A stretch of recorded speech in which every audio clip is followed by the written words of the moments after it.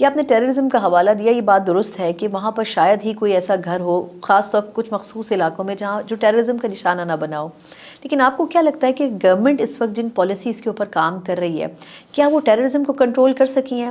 آج بھی اگر آپ دیکھیں تو چاہے بلوچستان ہو چاہے کے پی کے ہو، وہاں واقعات تو ہو رہے ہیں پھر بھی. میں بلوچستان اور کے پی کے سے زیادہ مثال اپنے حلقے کی دوں گا. لکی مروت سے میرا تعلق ہے. بالکل. اور آپ تو خود اس کی متاثرین میں شامل ہیں. میرا قبیلہ شدید متاثرین میں شامل ہے. ہم نے تو میرا خاندان. لیکن میں آپ کو عرض کروں نا، یوں ادھر سے جاتے جاتے جب عیسیٰ خیل آخری باؤنڈری ہے پنجاب کی جو لکی مروت کے ساتھ شیئر کرتی ہیں دراتنگ کے مقام پہ، اب دراتنگ تک تو امنی سکون ہے اور سکون اور چین کی بانسری بج رہی ہے. لیکن جو ہی دراتنگ میں اب داخل ہوتے ہیں، دراتنگ کے اس پہاڑ پہ طالبان ہے، اس پہاڑ پہ فوج ہے. یعنی کہ ہماری بارڈر جہاں پنجاب کے ساتھ شروع ہوتی ہے، آگے جو ہے میرے علاقے میں بدامنی ہے. ظلم، جبر، قتال، دہشت گردی، کوئی ایسی چیز نہیں ہے.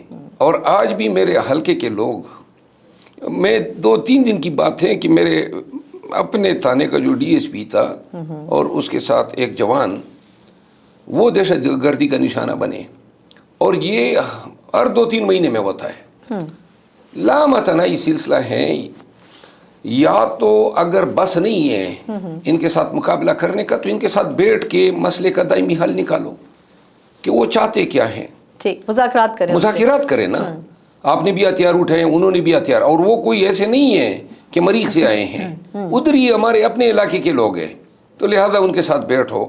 یا اب میں آپ کو بتاؤں نا، ہمارے علاقے میں جو مرضی ہو، لیکن کسی کو گھر سے اٹھانا، غائب کرنا، مسنگ کرنا، یہ روزمرہ کا معمول ہے. اور یہ 8 مہینے، 2 سال، 1.5، آج بھی میرے ہی حلقے کا اور میرے ہی قبیلے کے ایک شخص کو اٹھایا فوج نے، اور میں نے فونے کی کہ بھئی کیوں اٹھایا ہے. تو یہ چیزیں ہیں، رشتہ داروں کو اٹھانا، جس کی وجہ سے حالات ٹھیک نہیں ہو پاتے آپ کے خیال میں؟ یہ ایک وجہ ہے، اور بھی وجوہات ہیں.